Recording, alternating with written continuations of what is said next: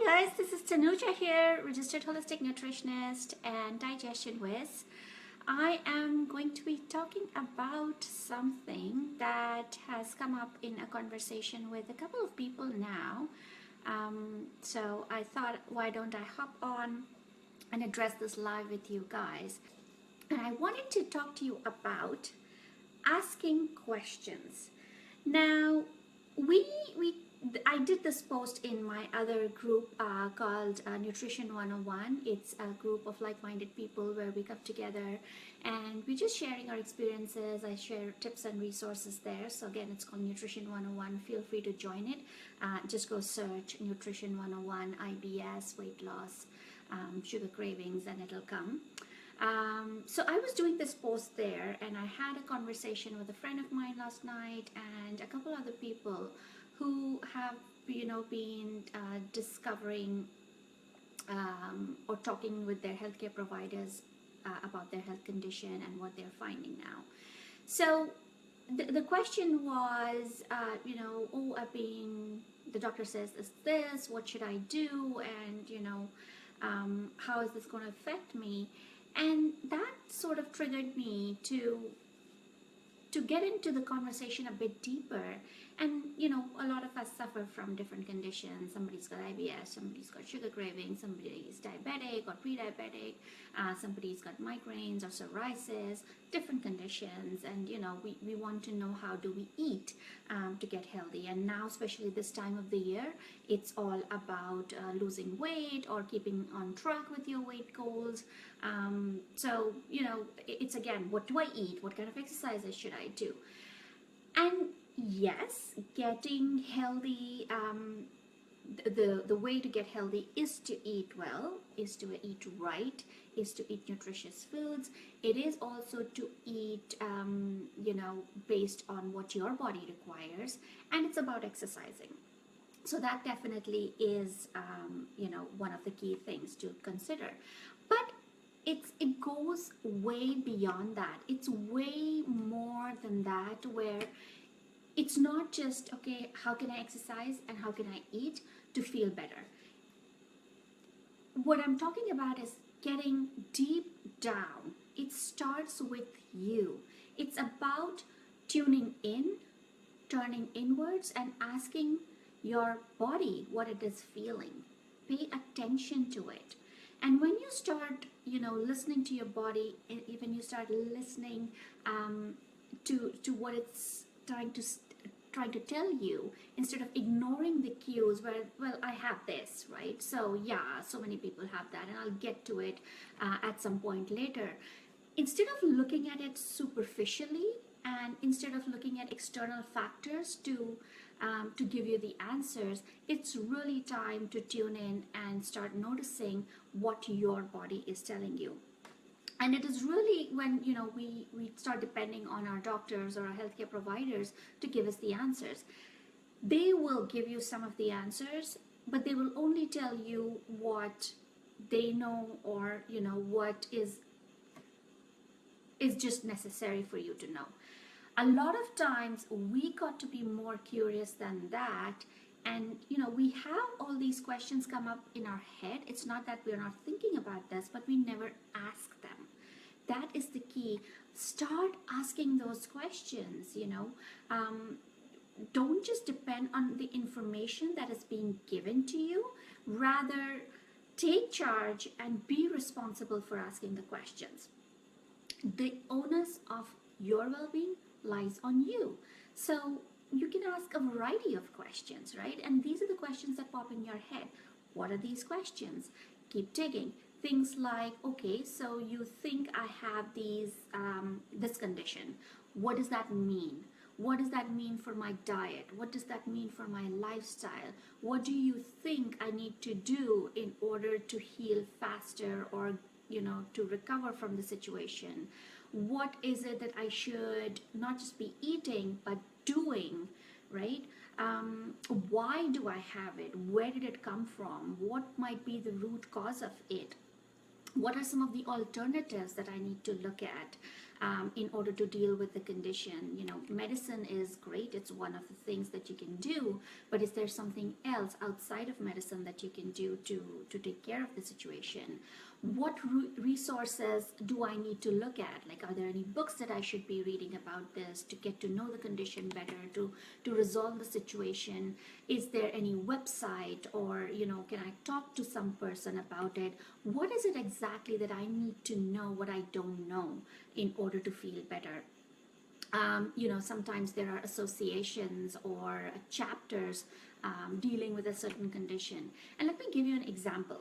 So when I was, you know, few years ago, I was dealing with chronic pain. I had so much pain all over my body. I didn't know what was going on, why I was not able to sit at the computer. I had tightness all over my body. I was in so much pain that I was actually not able to function. I decided not to continue with my job and stay at home. And, you know, I thought it was the computer which was causing all the pain, and so on and so forth. And then eventually, when I was going for massage therapy one day, my massage therapist suggested that, you know what, you've been coming here for such a long time for your aches and pains, and how are you feeling? And I was having this conversation with her that, you know, it's been almost 5 years and I still don't feel better. So what's going on? What do you think? Have you seen other people like this who are, you know, regularly having some sort of a therapy and still not feeling better? And that's when she suggested that maybe, you know what, I think you might have fibromyalgia. Now, I had never heard of fibromyalgia until then. I had no clue what it was. And for those of you who don't know, it basically is a condition where the brain perceives pain way more than any other person would. So say, for example, I pinched you, you know, you'll feel the pain for a little while and then it'll go away. But for people with fibromyalgia, it feels like a lot of pain for a way longer period of time. So it's just how the brain is processing the pain. It's how the central nervous system, you know, recognizes pain and processes it. So it's one of those conditions where you are in chronic pain almost 24/7, and it can be debilitating. And at that time, it was like that. There are still phases when I'll get these flare-ups, and there are days when I'm tight and I'm in pain and I'm literally sometimes crying out of pain. So she suggested this to me, and I was like, okay, fibromyalgia. So I started digging a little bit deeper, you know, looking it up on the internet. And this is quite a few years ago, so there wasn't a lot of information at that time that I could find. So when I met with my GP, I asked my GP, you know, what's going on? Do you think this is what my massage therapist suggested? And my doctor said, yeah, maybe it is, maybe it's not, you know, don't worry about it. So she kind of didn't pay attention to it. And it was bugging me that if this is something that, you know, I can do something about, why not? And all I got was, as a response from my doctor, was that, you know, even if it is fibromyalgia, there's nothing much we can do. It's a lifelong condition. It's just how your brain is. You just need to take painkillers, right? And that was the answer. I didn't like that answer. So I kept digging, and then as I was researching, I was thinking, you know, well, there's a diabetes association, there's like a cancer foundation or whatever. So I looked up fibromyalgia and chronic fatigue syndrome, which sort of go hand in hand. A lot of people have the two together. Some people will have chronic fatigue syndrome only and not fibromyalgia, or the other way around. So I was looking at their website, and I discovered that there was a chapter here in Vancouver. So I called those people, and they said, yes, it's a condition, and, you know, yes, we have resources. So when I talked with my doctor, I'd asked the doctor for a referral for a fibromyalgia specialist, and I was told that there is no specialist like that. So I hope I was not disconnected. Okay, so where was I? So when I was talking to the Fibromyalgia Association, I asked them if there were specialists in the field. And of course there were. They gave me the numbers for 2 doctors who are right here in Vancouver. And I jotted down the details. I went and I saw my GP. And I said, here, these are 2 fibromyalgia specialists. I need a referral. And my GP was surprised. She was like, oh, I didn't even know there were people like that here in Vancouver. I'm like, well, now you know. So I took a referral. It was about an 8-month wait before I got to see my specialist, but I did. I had the patients, it paid off. And I went and saw the specialist, and when I described my symptoms and everything, and I asked the doctor, like the specialist, like, is this fibromyalgia? And he goes, yes, of course it is. What did you think it was? And I'm like, phew, now I have a diagnosis, right? At least I know why I'm in pain. But did the buck stop there? Because a lot of us, that's what we do. Our buck stops when we have a diagnosis. You don't want to be stopping just there. Just knowing, that you have a condition is not enough. Now you need to figure out what is it that you need to do in order to feel better. So obviously my specialist gave me some recommendations in terms of diet and exercise, and a big part of it was mindset as well, because stress aggravates fibromyalgia. It tightens you up, and I can feel it, right? Like every time I'm stressed over a deadline or something coming up, or say I've had an argument, I can feel my body tightening up, and I can feel the pain starting to creep up. So it's a lot of mindset work also that you have to do in order to understand that the triggers that are happening and how you can actually stop it from progressing right then. Of course, I then went on to research and found out about homeopathy, and I've been taking homeopathic medicine for some time. So that has been helping me. I've got a wonderful doctor who is helping me out in that as well. But what I'm trying to say is, it's not about stopping the buck at just knowing that I have this condition. Now what? What are the alternative modalities that you can get into besides medicine and try and, take care of the situation? I was literally fighting with myself mentally on a lot of days to just get out of bed and be working or functioning normally. And one of the things that actually prompted me to study nutrition was my suffering with fibromyalgia, because that's when I started getting curious about what if there were any foods that would help me feel better. And of course, when I started studying, I realized that there are foods which cause inflammation: sugar, dairy, gluten. These foods cause inflammation in the body. They lead to weight gain as well. So that is when I started to dig deeper into nutrition, and I decided to study nutrition. Of course, I had IBS at the time as well, which goes sort of hand in hand with fibromyalgia. So long story short, what I'm trying to say here is that yes, you might be diagnosed with a condition, or you might be thinking you have a particular condition, but don't just stop there. Go ahead, try and ask the questions, do your research. You being inquisitive, you being curious, you being, proactive, that is the key. You really want to ask those questions which will make a difference to your health long term. Because at the end of the day, the doctor or a nutritionist like me, we can tell you what to do, but it is up to you to start expanding your horizons by asking more questions, by figuring out things. Another thing that I'm finding now with my own practice in nutrition is a lot of mindset work, and I've been doing that on myself. I've been inquisitive in that regard as well. It wasn't just about the pain management with medication or with homeopathy. It had to go deeper, like, was the pain serving me in any way? Is the pain, if it's sort of restricting me from doing things that I love to do, what are the alternatives? What can I look at in order to make my life better? So the buck doesn't stop with your doctor or with your healthcare provider. It starts with you, and there are just endless possibilities. The more you are curious about how you can heal, the more solutions you'll find. It's just being about being open.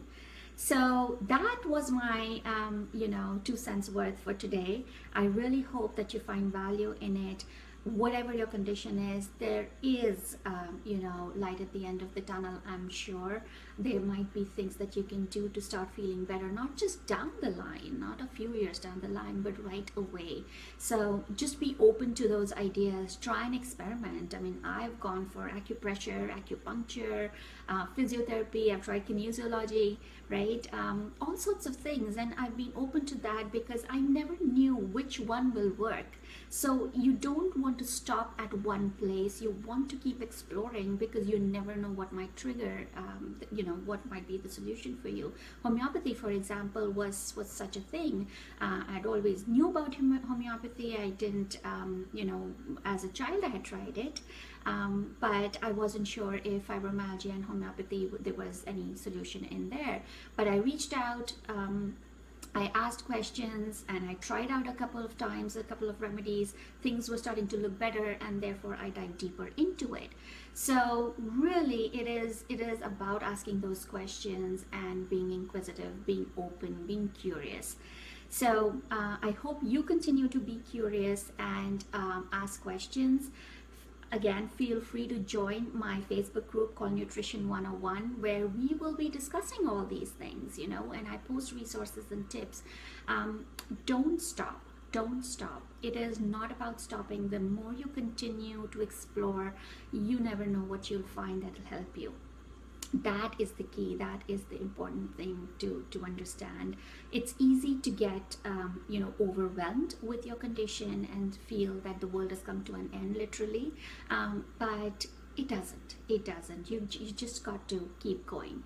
And I, in fact, just recently, over the last few days, I had a flare-up for my fibromyalgia. The cold weather sometimes does that to me, where I start tightening up. But I did not give up. I was in touch with my doctor, and we figured out what needs to be done. So there's always hope. So don't give that up. So if you are looking for any more resources, questions, feel free to ask here. I'll be happy to answer them. Join my Facebook group, join my email club. It's at sakori.com. There are several blogs or recipes that I send out very regularly. If you are up to it, call me. Right?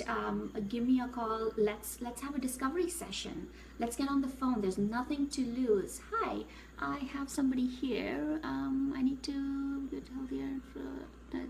Stressing me. Yes. You know what? Stress. And we didn't talk about this. Thank you, Geeta, for posting that. Stress does cause more weight gain because of cortisol levels and how it messes up your hormones. So when you've decided, when you figured out what is it that is bothering you, don't stop there. Look for answers. And if you want to do something about your weight gain, what are some of the reasons behind weight gain? Again, we typically think that it is about about cutting down your calories and about exercising more. Yes, part of the equation. But there could be underlying causes of weight gain as well. Things like stress, things like lack of sleep, insulin resistance, hormonal imbalances, like maybe your thyroid is up or down, maybe your adrenal glands are not functioning properly, maybe your digestion is not working properly. And I focus a lot on my digestion in my practice as well.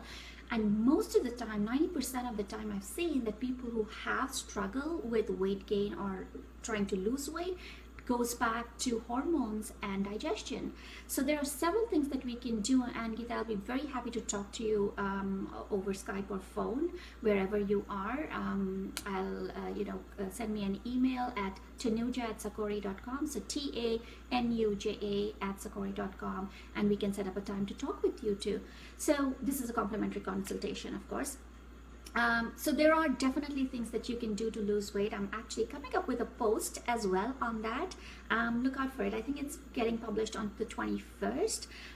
So yes, there are plenty of tips, and of course in my group as well, I'll be posting the tips. So be curious, keep on at it, do not give up. There might be several reasons behind the weight gain. We can definitely take a look at what is the root cause of yours, because if you're only superficially taking care of calories, that will maybe help you lose weight for the short term. But once you stop eating in a particular way, that's why diets don't work in the long term, right? It's because we start restricting our calories, and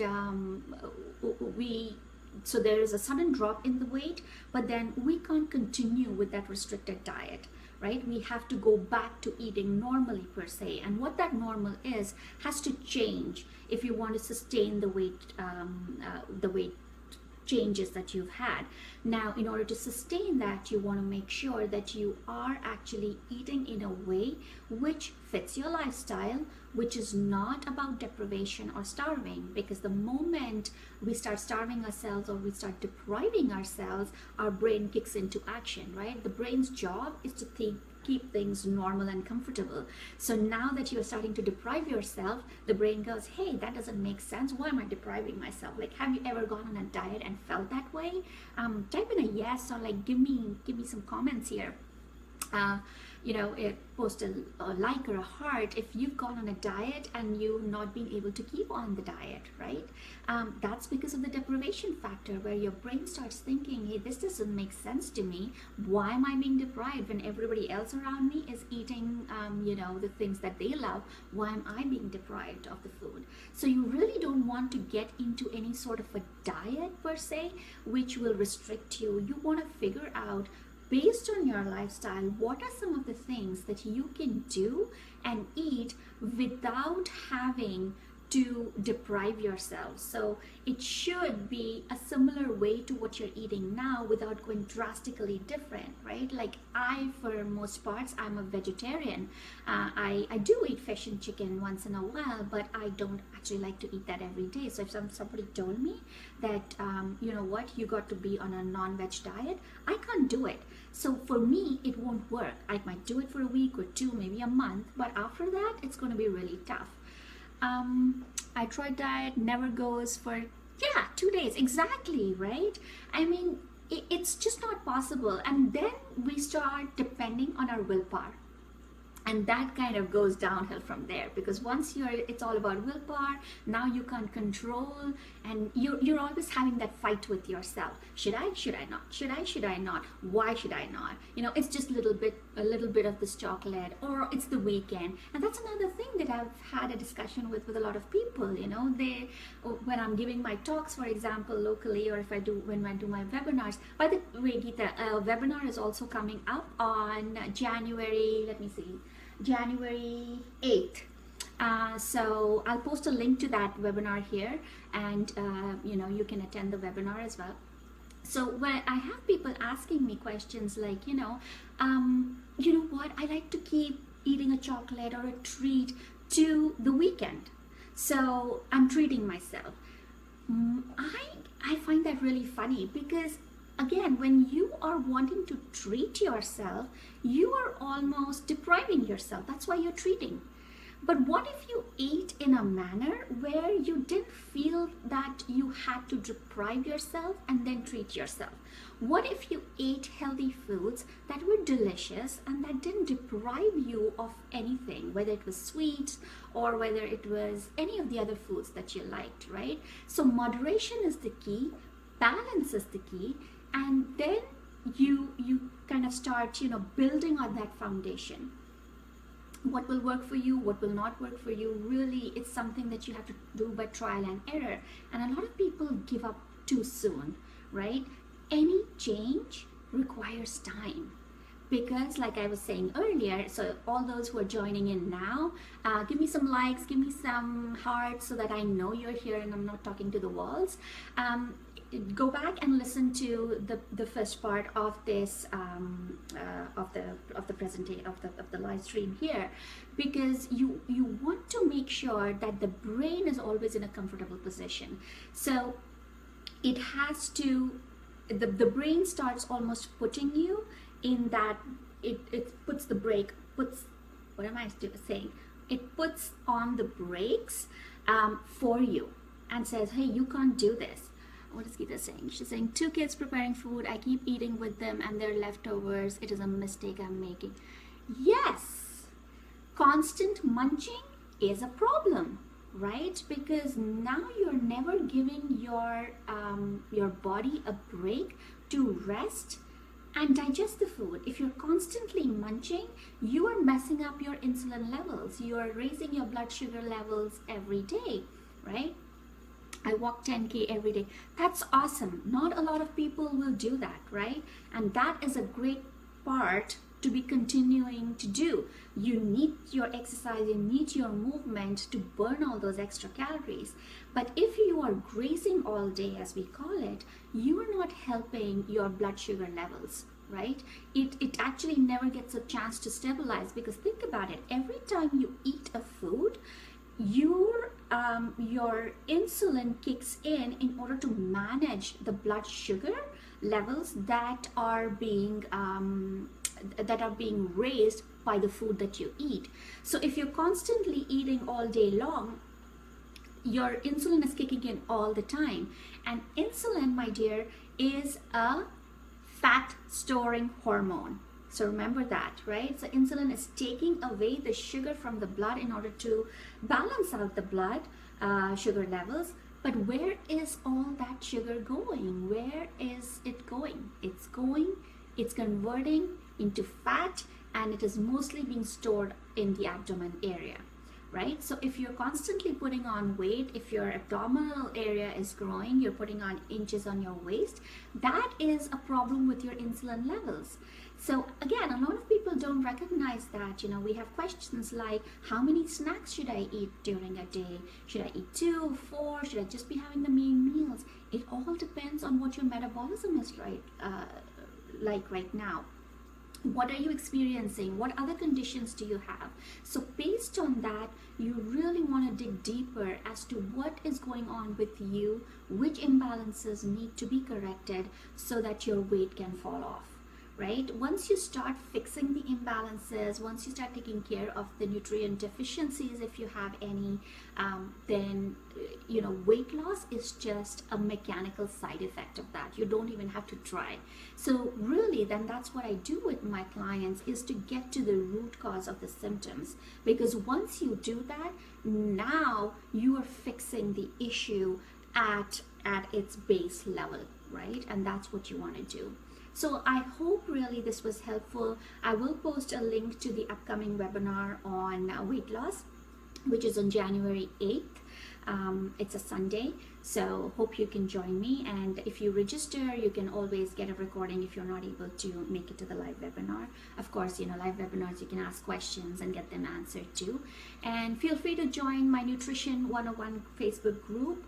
I'll post a link to that as well. And let's continue the conversation. Let's have more of such, conversations with questions, where your curiosities arise, where you want to do something about your health, right? So